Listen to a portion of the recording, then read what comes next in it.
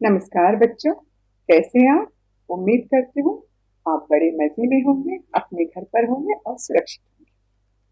तो बच्चों चलते हैं आज के इस सत्र की ओर। आप जानते हैं आज हम क्या पढ़ने जा रहे हैं? बहुत खूब, आपने सही पहचाना। आज हम पढ़ने जा रहे हैं रचनात्मक लेखन और रचनात्मक लेखन में भी चित्र वर्णन। चित्र वर्णन में कौन कौन सी चीजें ध्यान रखना आवश्यक है, कौन कौन सी बातों को बड़े गौर से देखना चाहिए और चित्र वर्णन किस तरह किया जाता है, ये सारी बातें आज हम पढ़ने जा रहे हैं। तो बच्चों तैयार हैं आज के इस अध्याय के लिए? सबसे पहले आपके समक्ष एक सुंदर सा चित्र। बच्चों इस चित्र को देखकर आपके मन में कौन कौन से भाव उमड़ते हैं? क्या दिख रहा है आपको? बड़ा सुंदर सा चित्र है ना बच्चों, बगीचे का। घना सा पेड़ है, फूल उगे हैं, बच्चे खेल रहे हैं। छोटा सा तालाब है जिसमें कमल के पत्ते तैर रहे हैं। कुछ बच्चों ने एक टेंट भी बनाया है, कुछ बच्चे झूला झूल रहे हैं। इस बाग में अनगिनत तरह के खेल हैं जिससे खेलने का आनंद ये बच्चे उठा रहे हैं। बच्चों आपका भी मन कर रहा है ना ये सारा देखकर कि हम भी बाहर चले जाएं, घूमने जाएं, बगीचे में जाएं और खेल कूद का आनंद उठाएं। पर बच्चों आज ये समय नहीं है, आज हमें घर पर ही रहना है और जब समय आएगा कुछ समय पश्चात हम जरूर बाहर जाएंगे। आप अपने परिवारजनों के साथ जाएंगे और इन बच्चों की तरह बाग में खेलने का आनंद उठाएंगे। तो बच्चों मुझे उम्मीद है इस चित्र का वर्णन आप अपने शब्दों में अच्छी तरह कर पाएंगे। चलिए आगे बढ़ते हैं यह जानने के लिए कि चित्र वर्णन के लिए कौन कौन सी बातें आवश्यक है। सबसे प्रथम आपको बड़े ध्यान से देखना होगा कि चित्र में क्या हो रहा है, कौन सी घटना दर्शाई जा रही है, यह दृश्य किसके बारे में है, क्या कोई समस्या है इस चित्र में? अगर है तो उसका समाधान जरूर ढूंढने का प्रयास कीजिए। और यह दृश्य हमें किस बात की ओर ले जा रहा है यह भी जानना बहुत ही आवश्यक है। तो बच्चों अगर आपने बहुत अच्छी तरह ये जान लिया है कि चित्र वर्णन में कौन सी बातें आवश्यक है तो मुड़ते हैं गतिविधि की। आपके समक्ष एक सुंदर सा चित्र रखा जाएगा और ये चित्र आपकी पाठ्य पुस्तक से ही लिया गया है, पृष्ठ संख्या 125 से। तो बच्चों देखते हैं इस चित्र में आपको क्या क्या दिख रहा है। चलिए तो ध्यान से देखते हैं। आपके समक्ष एक मेले का चित्र है ना बच्चों? मेला कहाँ लगता है? गांव में। शहरों में भी मेले लगते हैं पर बहुत ही कम। पर गांव खेड़ों में मेले लगते ही लगते, हर गांव में मेला लगता है और यहाँ मनोरंजन का पूरा पूरा ख्याल रखा जाता है। यहाँ भी आपको दिख रहा है बड़ा सा झूला है, गुब्बारे वाले गुब्बारे बेच रहे हैं। मेले में न सिर्फ बच्चे बल्कि बूढ़े और जवान भी जाना चाहते हैं। बच्चों को तो खास मजा आता है क्योंकि उनके पसंद के खेल खिलौने मिलते हैं, तरह तरह की मिठाई खाने मिलती है। तो आपको भी बड़ा मजा आता है ना बच्चों मेले में जाने के लिए।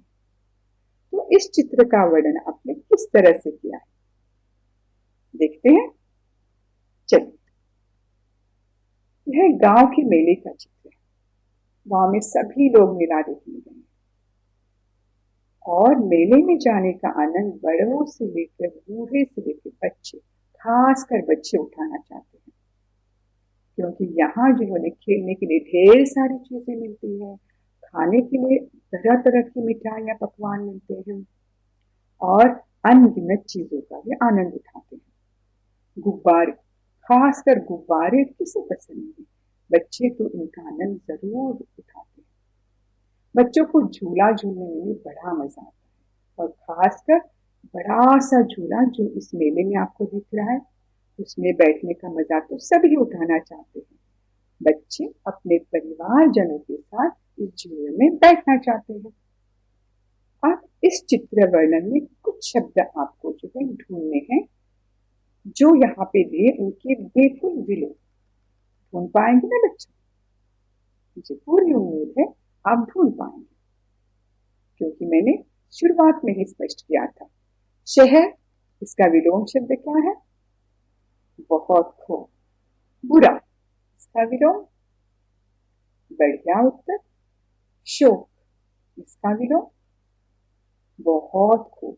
अब देखते हैं बच्चों, आपने इन तीनों शब्दों के विलोम शब्द सही बताए हैं या नहीं?